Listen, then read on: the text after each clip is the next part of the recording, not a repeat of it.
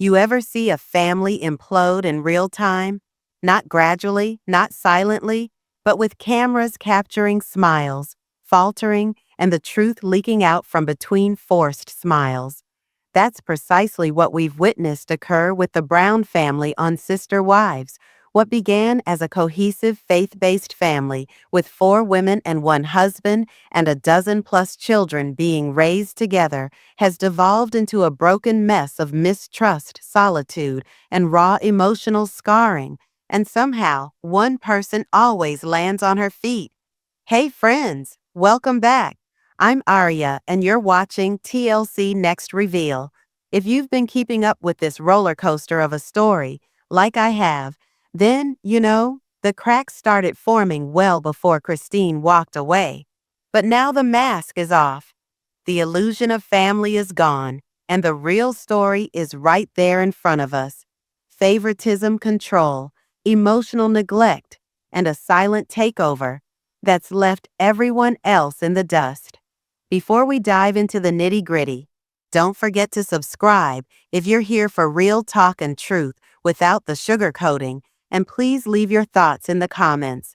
I'd love to know how you watched it go down, because what happened in this family wasn't drama for the cameras. It was something more, something we've all witnessed before, just perhaps not this raw or this public.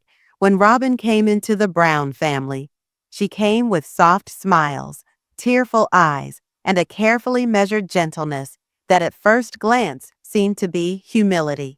Kody lit up like a Christmas tree the moment he met her, and that in itself told us that something big was about to shift. At the time the wives were doing the heavy lifting, Christine, Janelle, and Meri had been in the trenches for years, building lives, raising kids, managing finances. But then the focus abruptly shifted. Kody wasn't merely in love, he was obsessed. Robyn didn't merely join the family she entered, like some meticulously designed answer to each of Kody's emotional complaints. She wept when things were tough, sure, but she always wept in Kody's direction. Every disappointment became an opportunity for her to seem fragile, feminine, misunderstood, and that worked. Since Kody wasn't searching for another peer, he was seeking validation, and Robyn provided that in spades, then followed the legal marriage under the pretense of legally adopting her children. Robyn and Kody legally tied the knot a step that instantly shifted the power dynamics. Because let's be real, once that legal tie was in force, everything else started revolving around her. Decisions that previously required agreement started happening with Robyn quietly in the background and Kody up front, but clearly mouthing her words. And while she publicly insisted she didn't want to be the favorite, her actions told a very different story. The other wives, they started slipping further and further into the background. Christine lost her spark, the one we saw so brightly in the early seasons. Janelle, always level-headed and rational, began to look more and more isolated. And Meri, well, Meri's silence said more than any monologue ever could. One by one, they began questioning their place, while Robyn's place became increasingly secure. It wasn't loud, it wasn't dramatic, but it was ongoing. Emotional distance grew. Robyn and Kody's home as the unspoken headquarters, the safe house, the peaceful house where kids weren't allowed unless on specific terms. And it was Robyn setting those terms, not just as a mother, but as a gatekeeper to Kody's presence. Let's be real, she knew how to play the long game. Robyn mastered the art of appearing cooperative, while quietly moving the center of the entire family around herself and her children. She played by the rules of the church when it was convenient, and she emphasized obedience and doing things right, which just happened to always support her position, while the rest of the family was forced into reactive mode, always explaining, always one step behind the new reality they hadn't signed on for, but were already living in. And just like that, Robyn wasn't just the new wife, she was the hub. Not because she insisted on it outright, but because she manipulated everything, gradually fell into her lap.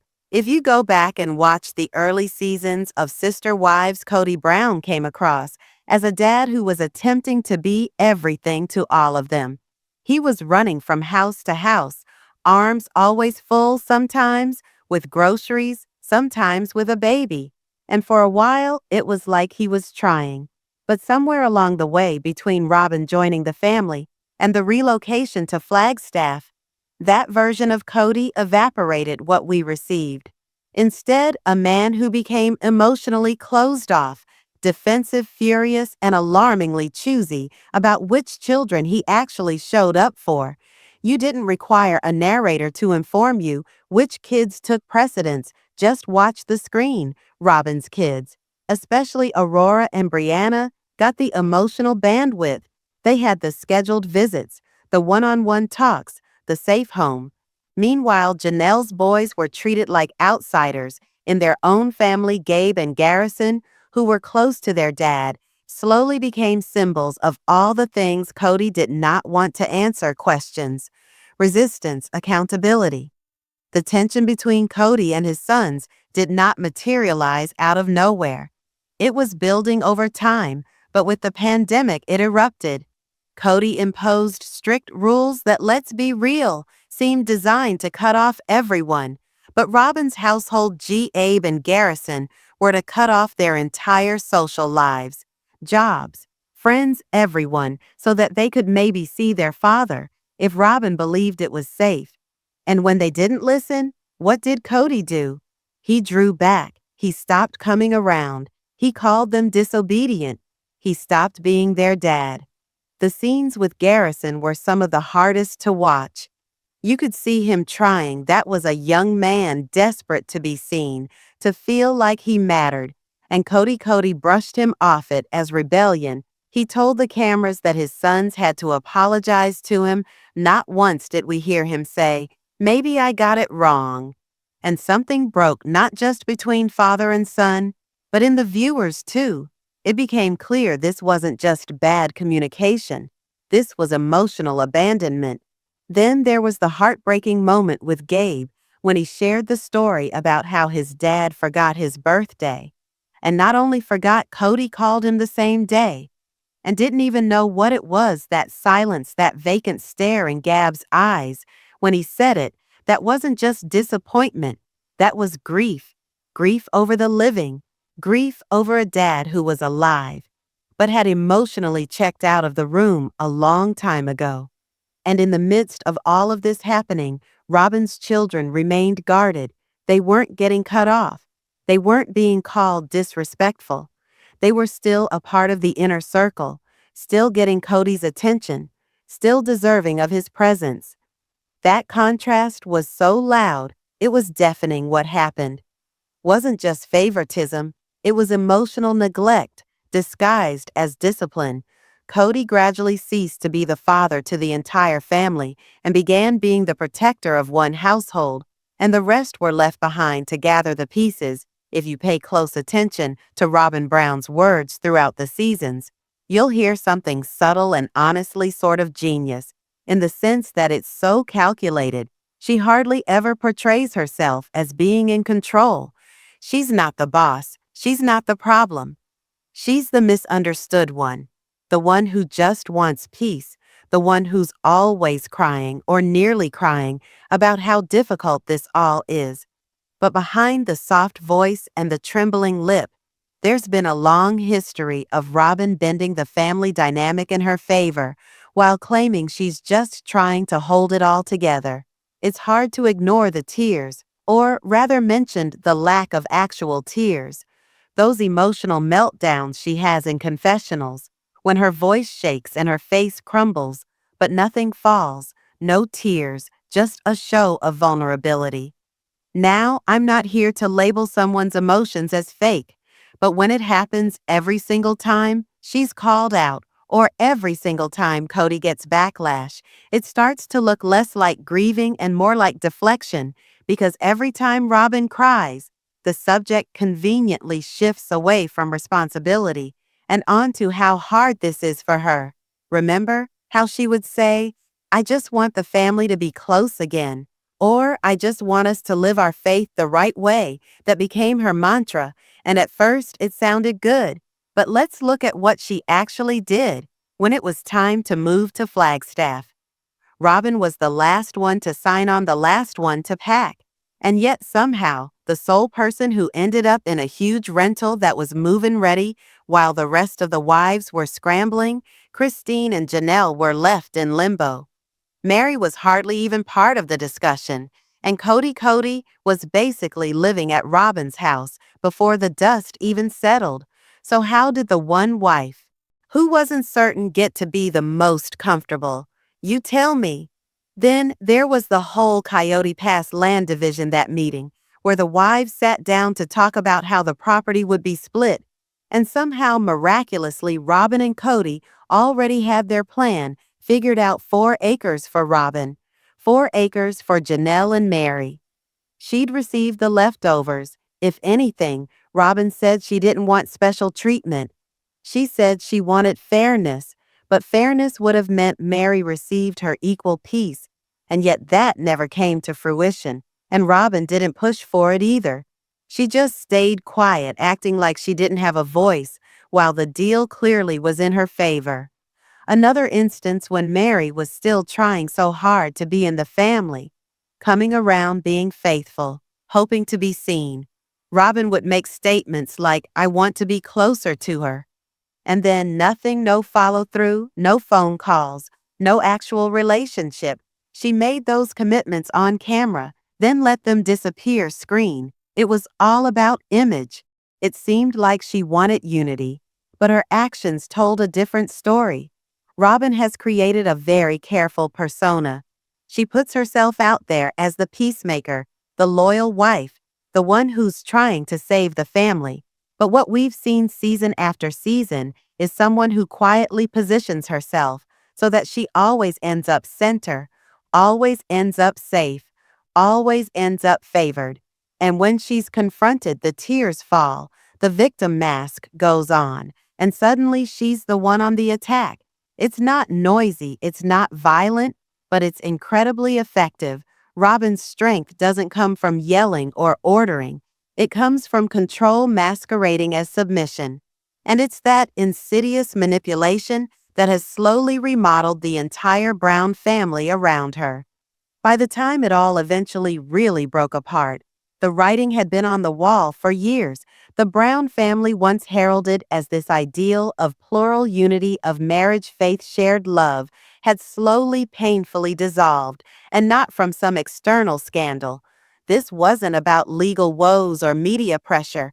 It was internal, it was emotional, and it all came down to neglect, favoritism, and the slow but steady promotion of one wife above the others. Christine was the first to leave, and when she did, it struck like a thunderclap. But what was so heartbreaking was how long she'd held on, how hard she'd fought to be significant. All those years she swallowed her pain, raising her children almost on her own, while she watched Kody spend his time, love, and energy on Robyn and her children. She was the wife who kept on smiling through rejection, who stayed faithful through indifference, and in the end, she realized loyalty wasn't love. She left not because she no longer loved Kody, but because she finally realized he had stopped loving her a long time ago. Janelle followed, and in a way, Janelle's breaking point was even worse.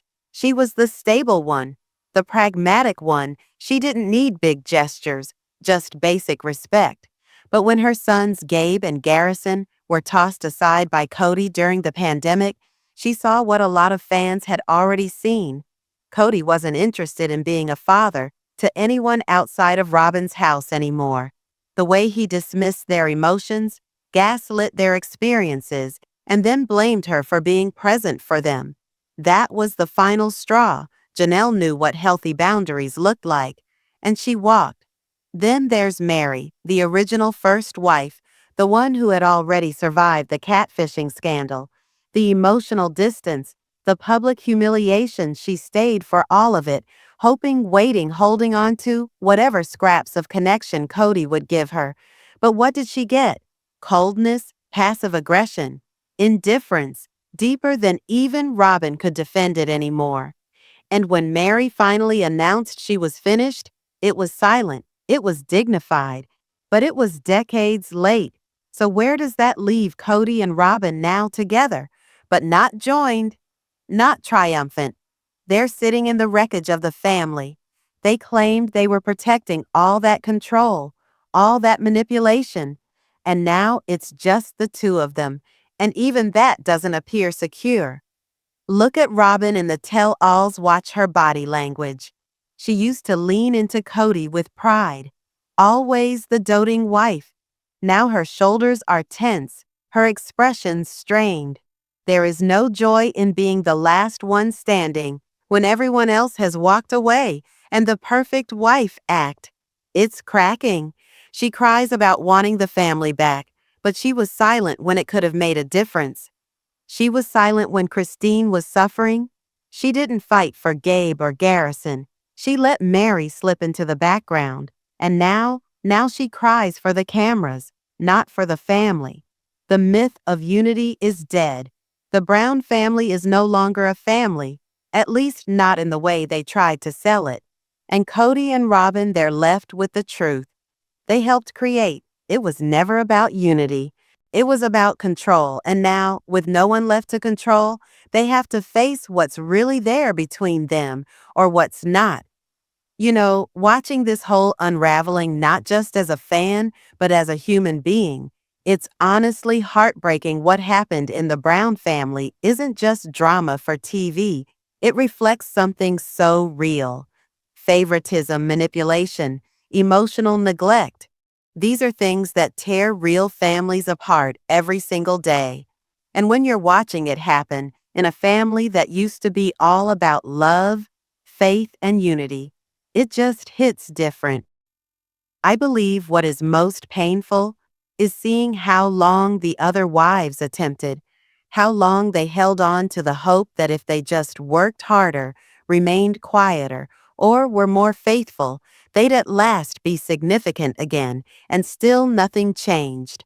The more they gave, the more they disappeared, and through it all, Robyn stood there, groomed emotional, always just misunderstood enough to avoid blame, always crying, always saying she wanted peace, but peace never came. Not for the other wives, not for the kids who were left out in the cold. Only Robyn got that peace because in the end, she got exactly what she wanted, Kody, all to herself. And here's what really gets me.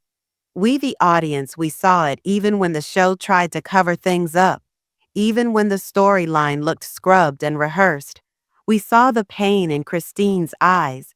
We heard the rebellion in Janelle's voice. When she stood up for her sons, we saw Meri quietly sitting on the outside of every scene. Barely noticed, we saw the favoritism. We heard the gaslighting. We weren't fooled.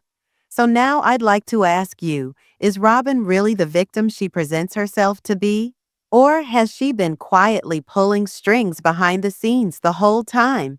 Was she just along for the ride, or was she strategically stepping on the other wives while keeping her hands clean? Drop your thoughts in the comments. I really want to know what you think. Were we watching a love story or a takeover? Because from where I'm sitting, this doesn't look like the dream they sold us. It looks like the remains of one man choosing one woman and letting everyone else burn. Thank you so much for riding along with me on this breakdown. I'm Ariaa, and this is TLC Next Reveal.